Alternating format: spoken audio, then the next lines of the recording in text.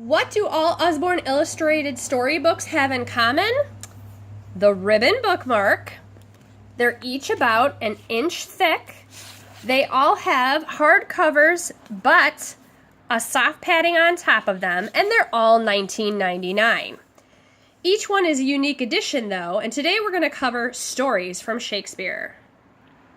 First off, Usborne resolves the situation with having to take Shakespeare's plays and turn them into stories by maintaining the integrity of the original text with quotes. It says right in the beginning, when you see lines written like this, in italics, it means they are Shakespeare's original words. This allows kids to get the gist of the story without losing Shakespeare's amazing quotes.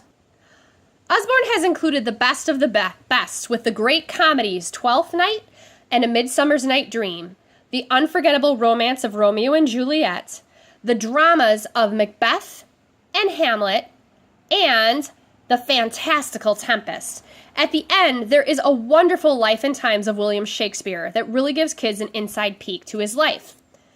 Each one of the openings gives a bit of information about each play. For example, in Twelfth Night, it points out that people would celebrate Christmas in 12 days with the feast on the 12th night, which helps us understand a little bit better what is up with this title and this storyline.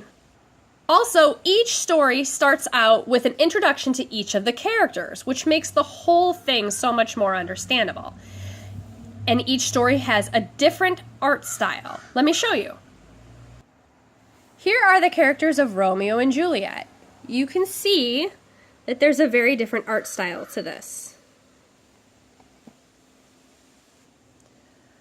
The Tempest, as you would expect, has a much more ethereal quality, with more of a watercolor style. A Midsummer's Night's Dream, comedy as it is, looks a little more cartoonish. Macbeth doesn't pull any punches. As you can see, the images are just as bloody as the story. And Hamlet doesn't skip out on all the tragic deaths.